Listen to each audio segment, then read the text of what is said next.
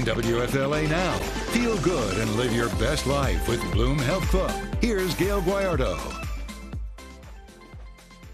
From sweets to spirits, we are talking about the incredible journey of entrepreneur Ivey Childers. She is now the president and founder of Southbound Tequila.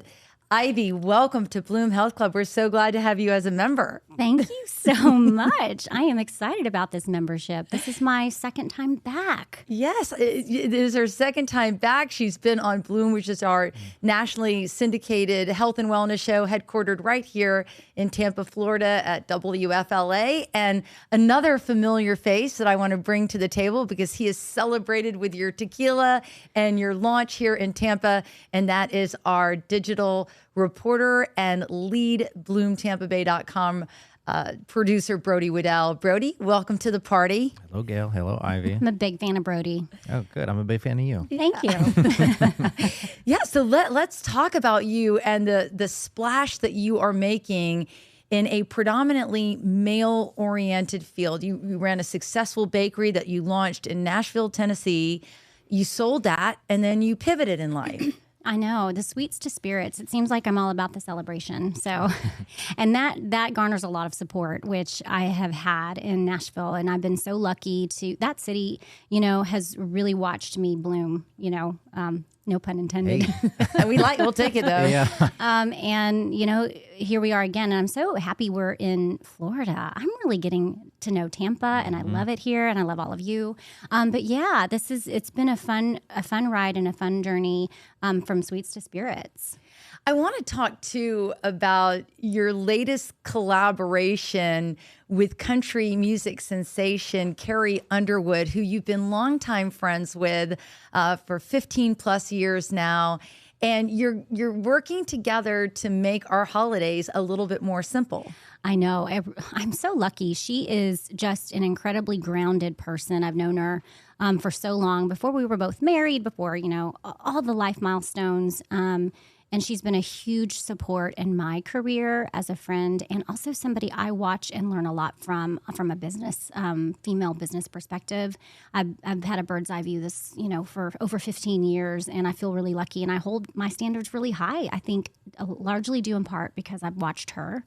And so, we had a really fun series we did. You can see, we have a YouTube series on Drink Southbound called Garden to Glass. And, we picked a bunch of fun ingredients from her garden. We both love to garden, but she's a way better gardener than I am. And she really puts a lot of passion into it. But I put a lot of passion into the cocktail recipes, so we're a great team. So I asked her if she would come over, and we would just have some fun together, and she was game.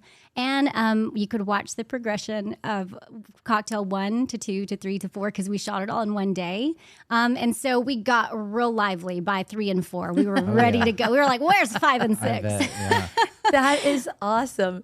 I want to backpedal just a little bit, and because you were talking to me on Bloom, the television version of this, about how you really took a lot of the art form of precision and ingredients from your world as building a huge baking company, and then you apply that to crafting cocktails. Yeah, that was really I was laying the foundation for this whole Southbound journey without even knowing it. And so I hope that kind of gives somebody out there some inspiration, because I was running a very busy bakery. I had created over 40 different cake flavor combinations with my bakery. But once I opened up that brick and mortar, which, by the way, that really shows me everything I need to know about my grit and desire to be an entrepreneur, was that whole story. I feel like after that I could do anything. But I didn't have time to create anymore after running a business. You hire people, you train people, you put everything into place. You're looking at your P&L reports, and I'm learning all these things that had nothing to do with creativity, and I didn't have time to do it anymore. So I really do align with creativity. It makes me feel whole. It makes me feel balanced. And so I would come home on a lot of days from the long, busy days at the bakery, and I would create cocktail recipes because, number one, they were quick. They were, not as messy as baking, and I could unwind. And I always loved tequila. And so I was, I got back into my curiosity mode and my creativity mode with this cocktail journey. And I did not know I was laying the foundation for my next career chapter. I was just having fun, and I realized, I have some questions about what tequila to pick out. And, this tastes different in every single mix I'm making. It's not actually my cocktail mix balance, because that I had just right. It's a lot like baking. It's very exact. So when I say, a quarter ounce of agave, you better not put a half or an eighth. Like, it's exact. And it reminded me so much of baking. But so, when I did close the chapter of Ivy Cake, and it's still up and thriving in Nashville, and I'm so proud of that. It still has Ivy Cake, the name, and the legacy still journeys on. But I saw a need, and I wanted to answer my own questions. And that's the space where I knew I had a business plan, is because I was looking for me first. And now when I connect with other people and consumers and I tell them about my story, they resonate too. They're like, you're right. I don't know which one to pick out. I don't know which one's going to mix in. I don't know what to do with it when I get it home, when I buy it and bring it home. And so all of those questions were an opportunity to start a new business path. I love that. Let's go back to the recipes a little bit more, because and I think it's so cool that you and Carrie Underwood did this project together, because the holidays are here. And you and I were talking about this as we were journeying upstairs into the WFLA Now streaming center to do this. And you were saying that you're looking at the holidays differently now, and you're helping people kind of do the same by adding some simplicity, like even if it's just making like your holiday signature cocktail. Yeah. Taking the guesswork and making a plan. We were talking about this, and we both agree. It's like you look at the holidays, and it's like one more thing, to do, lots of things to check off the list. But the holidays really do, if we look closely, it's an invitation to slow down. But in my brain and in your brain, we have to pre-plan that. That means we can't overplan. We have to make a plan to not overplan. So I'm going to make the intention this year to make a few things that are important to me, one of which is a batch cocktail with a beautiful garnish, because how unexpected and welcoming is that? And, into your home, I'm going to make a couple dishes that are important to me, but I want to be present this year. I want to be intentionally present and not perfect. And I feel like you have to go in with that intention and really invite yourself to enjoy the holidays with a bit of a slowdown. And that means get rid of doing it all. Don't do that this year. I like that. That is such a great thing. Let's talk again, still back to the recipes. I think it's really remarkable that you're putting a face in front of the brand. Like, we get to know Ivy. Like, when you came to Tampa, there was a, Southbound Tequila tasting. And I was like, we should go. Like, we should all go meet this woman and meet this entrepreneur that is really stepping out boldly in a man's world. And you're doing it with a woman's grace. I think the fact that you're giving recipes to people and teaching us how to serve is really pretty cool. And we were blown away with the different flavor profiles. Did you come up with all of those cocktails that, yes. And when I say all, I meant me and my 10 friends. I didn't drink all of them. I had Sure one crafted cocktail, and then I drank it a little bit on the rocks. But I felt so cool that Gail showed up at my tasting. I mean, so cool. You guys don't even know. Gail is an icon. She's at my tasting. I felt so incredibly cool. Oh my gosh. Well, on the flip, I appreciate that. I'm very humbled by that. But I felt cool being able to say, I know a woman who invented or, Tequila, launched a tequila. And, and I told everybody about how I had met you and that you really put your heart and soul in this. It wasn't something that happened overnight. And you were actually going into the fields and immersing yourself into this. And it really, everybody was so, when you hear the story, you want to support the brand. And I think that holds true for anybody listening that wants to do something. That passion that you had in putting yourself out there really meant a lot to everyone. Yeah, I think I'm so close to the brand. It's such a good reminder to remember that people want to know the story, and they really want to know that it's genuine, and they want to connect with it. And you'll have a loyal customer for life, and you'll even meet a lot of new friends along the way in that process. And at that tasting, what's so great, what's so rewarding for me is creating those cocktail recipes, knowing that I put all that time and attention into the balances of every ingredient and passing that on to the bar restaurant that helped me host that event, and they beautifully, turned out the recipes exactly as they were written, and for me to enjoy them with somebody else making them, but knowing that I crafted it, it's such a rewarding part of all of this, is knowing that it translates and that people are enjoying it. A lot of times, as a baker, you're very, very controlling, for lack of a better word, and you don't think anybody can replicate it like you do. And I mean, it's working. People are trying them at home. All my friends are making cocktails now at home because I'm giving them, all of the right tools and the ingredients. And so it's really fun to interact with the consumer, because the more you tell your story, the more you find connection. And the more they tell their friends, and the more it's so fun to watch that model really work. Yeah. And I do want to give a shout out to the Casper family and Blake Casper, who, when I saw you that night at the Stovall House, and they also have Oxford Exchange, and they also have Predalina, and they're, as a family, really trying to lift up this city and embrace people that are bringing something to it. So when you said, like, you shared these incredible ingredients and everything for them to follow, they did it to the T to support what you do. Exactly. And so almost like becoming an entrepreneur means creating those connections and finding those people that are going to rally behind you and lift you up, which I think is really cool for people that are trying to grow your business. I mean, you're almost...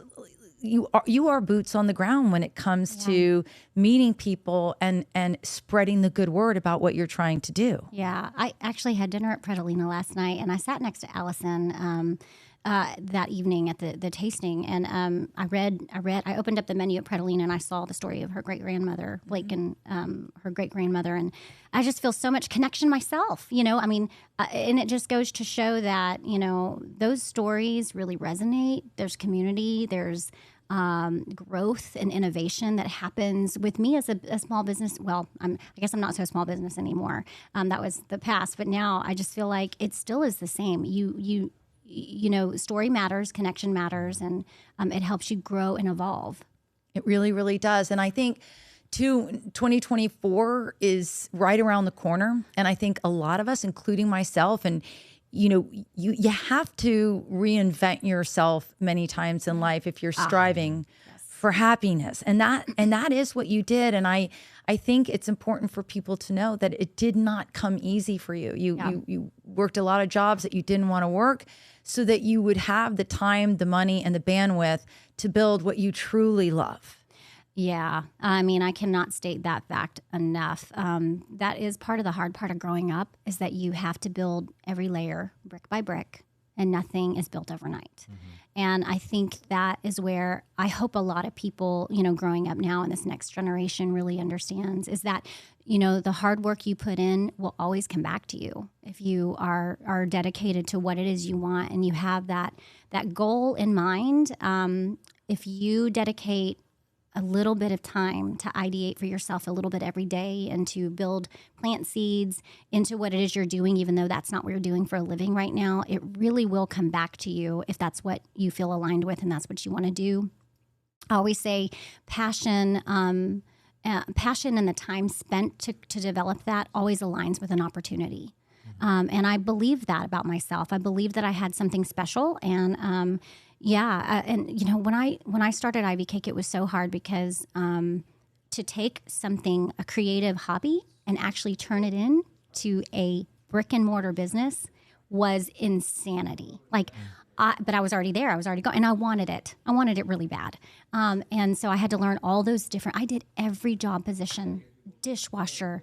I did every job position longer than anybody should. I needed to hire people a lot sooner than I did. I mean, I would sleep very little hours in the middle of the night. I remember being done at like 3 a.m, and then setting my alarm for 1 hour later to wake up and get everything into place, and just bake everything and to start. And I remember thinking, if I had a newborn baby, it would be easier. And I've had 2, and I was not wrong. Right.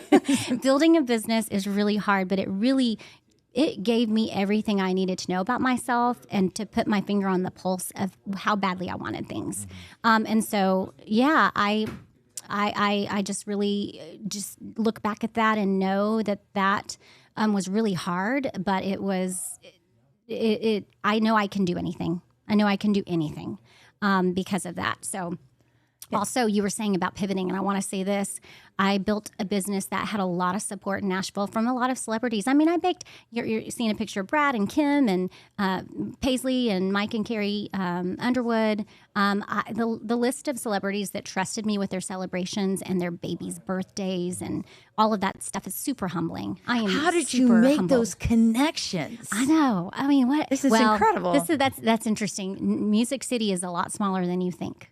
And I really resonate with the creative energy that's happening there with songwriters and people striving to be artists and all the different facets of careers that exist in Music City. Of course, that was never the path for me, but I resonate a lot with the creative strive there. And so, like, the kitchen is my songwriter's room. And so, I just think, well, first of all, my husband is Carrie Underwood's bass player and band leader. He's been with her since day one when she won Idol. Really? So Nice. when I met him, I guess that was 14.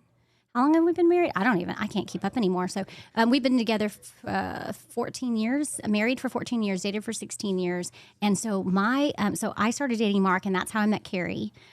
We had a really instant connection. I actually made her birthday cake before I even met her. Isn't that crazy? Her record label reached out to me to make her birthday cake when she won Idol.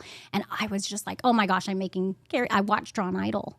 And so I didn't know her, made her cake. And then Mark and I, her bass player, we started dating and we got married. Mark introduced her to her husband now. It's just all in the family here. And so, she obviously supported me very early on in my Ivy Cake career. I was already running Ivy Cake. I already had a brick and mortar at that point.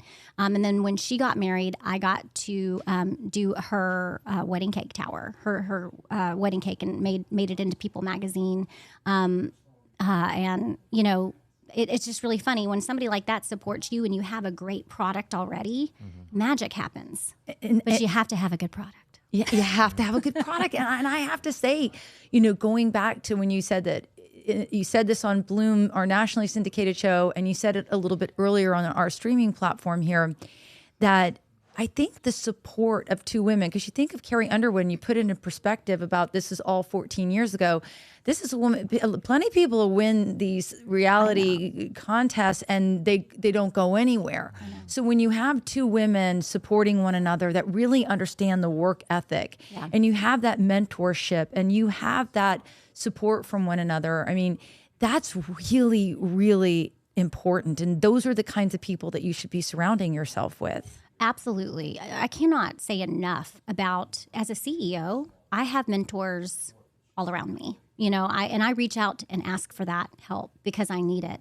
Having the support of a really, in a really strong friendship like Carrie has meant the world to me because, again, her standards of how she operates her personal life and her work life, I mean, it's just like no one else. She's really just the most grounded individual ever, and a solid friend. But I ask her for advice all the time with my businesses. I really do value her opinion, and she's very, very business savvy and smart. And so, I'm really lucky there, and surrounding myself around people like, I have a CEO mentor. I have a somebody when I'm getting a little bit nervous in media. I have a media mentor. Which, by the way, Gail, I'm open for some mentorship Tips. Yeah. You don't need any help. Trust me. There's so much.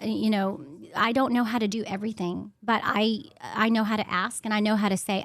That's one thing. Also, as a CEO, it's like you don't know how to do everything, but you have to be willing to know when you have to ask for outside resources and help. And so, this whole thing, going from a small business bakery, working by myself, to a scalable business like a tequila brand. I mean, talk about the learning that's going on there. I mean, oh my goodness. But yeah, I mean, and you were saying about, being a man's world, it's really interesting. I think I look at every industry, and every industry needs to be closing the gap. Oh, yeah. And I mean, even country music. Country music, if I'm going to get a little bit risky. But it's like, but specifically with the alcohol space, it's, 3,000 tequila brands in the category, and less than 5% are women-led, women-founded. And so, when you're a female founder and you're on the ground level, you get the opportunity to take your point of view, and it changes the way you approach the marketplace. And the conversations that I have with just your group of friends tells me that I didn't know what tequila to pick out. I didn't, and I feel like I'm speaking, to women in such a unique, specific way that there's room for in the category, and we need more of it. We need to collaborate with men and women alike at the table, but we have a long way to go before really we're up to speed on closing the gap and gender parity being a thing of equality. Well, I gotta say, I think that it's a brilliant idea, because I remember I went with my husband to a business trip in Dublin, Ireland, and we went to visit Jameson. And no slam against Jameson, I wouldn't typically buy that particular spirit, but they crafted it in ways. And we went to their brick and mortar, and we did a little tour, and we got to sit in this cool, edgy bar and try different, combinations. And when you did that in the tequila space and you brought that out, and now I think it's that you offer these recipes, I think it just brings a whole different scope to just, because there's so many bottles on the that you can choose from. Why not choose the one that the woman, how she brought it, what this brand is like, what this brand stands for, what went into making it, and then how to create it, how to put your own signature. Yes. Yeah. It's like, there's 3,000 tequilas on the market, but I definitely resonated with the message that I wasn't getting. And so I wanted to bring that to the table. And that was for the home entertainer. That was for, I wanted the guesswork to be taken out of the space. And so to offer that messaging in a brand, I think is unique. I do too. So you found like your own spin, because I keep trying to steer this back, because I know people are listening and they're like, I want to be like Ivey. I want to do something different. I want my creative side to come out. And I think, especially as women, many times we're so scared to take that next leap, because we're so scared of failure. We're so scared of not being perfect and all these things. And so if you had any parting advice to people out there listening that want to launch their dream into reality, what would you say? I would say get comfortable with failure. Get comfortable with imperfection. Like, don't resist it. It's a part of it. And I think that failure and bad days, imposter syndrome, all those emotions it's data. And it's okay to feel all of those things, and believe in yourself first and foremost, because no one's going to do that for you. No one's going to tell you A, B, and C, do this. But you do have to check in with yourself and just really align with what is for you, and what, if you do want to start a business, what you have to offer. Are you offering that to yourself? Is it a problem you're solving for yourself? Because if so, it's probably a problem you're solving for other people as well. But it's okay to have those days where you just feel like, oh man, this isn't going great. But I think that I always stop and look at how far I've come, and I look at all that I've accomplished, and I just wade through those emotions. But keep going. Keep going. Keep going. Brody, before we part ways with Ivey, I know that you went to a huge launch party at Goodnight John Boy's, another local establishment in downtown St. Petersburg. If you haven't been there yet, you should definitely check it out. What did you think? I mean, I loved it. It was really good. Yes, exactly. And I've had a tequila or two in my day, and let me tell you, I did like that stuff a lot. Yeah, and the thing that's important for me is how it makes you feel, and that's directly related to how it's made. Yep. That's one big important thing for me as a mom of 2 young children, is that I love a good cocktail at night, but I need to feel good in the morning. And so I've lived with it for about 2 years now in development, and I can say that it's kind. Yeah, that's what everyone said too. All my friends said the same thing. Like, we felt just fine in the morning, and I definitely drank quite a bit. So I was right there with you. Yeah, you were. I gotta ask you, Ivy, like why cakes? Why tequila? Could we have slotted anything else in there? You think it would still be in the same place? Like what? Do you know what's funny is that I started because of curiosity in the kitchen. The first thing I did was I tried a recipe in the year 2000. Was it the year 2000? Yeah. For a cake. I just had never tried anything in the kitchen. I tried this cake recipe step by step, and it turned out terribly. I mean, it could have been pot pie. And I think I was just curious. And so I just went down the rabbit hole. And I stuck with it until I cracked codes. I love it. I loved cracking codes, and I loved sticking. It just gave me an outlet, and I figured it out. And, you know, I'm a weird one because I think about it when I am awake, but I also think about it in my sleep. Nice. I love that. Literally think about creating in my sleep. And so it really was because that was the first thing I tried. I guess it was meant to be, though. That was meant to be what I was supposed to try. Right. Yeah.